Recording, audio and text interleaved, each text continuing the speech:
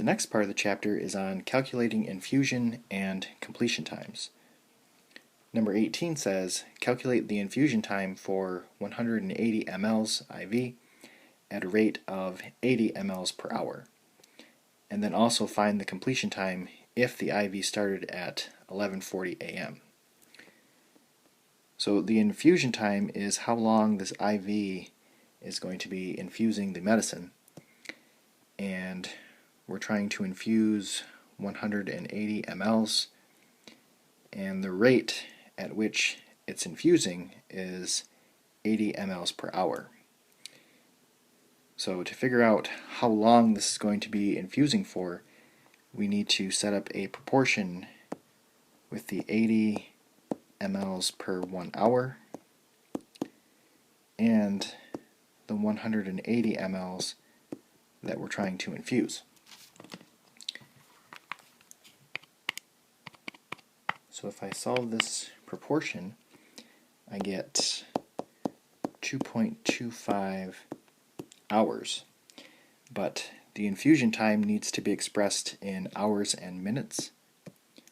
So I do need to take the decimal part and multiply it by 60 so I can convert it to minutes. And we get 15. So this is 2 hours and 15 minutes.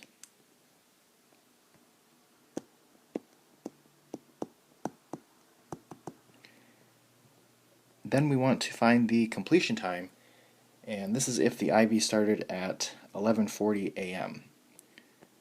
So 11:40 is my start time, and it's running for 2 hours and 15 minutes. If we add the minutes, we get 55. If we add the hours, we get 13. Now, there's no 13 in AM and PM time. So to account for this, we need to subtract 12. And we get 155. So this 155, this is going to be 1:55 p.m. because we started at 11:40 a.m. and it ran for 2 hours and 15 minutes, so that puts us into the afternoon.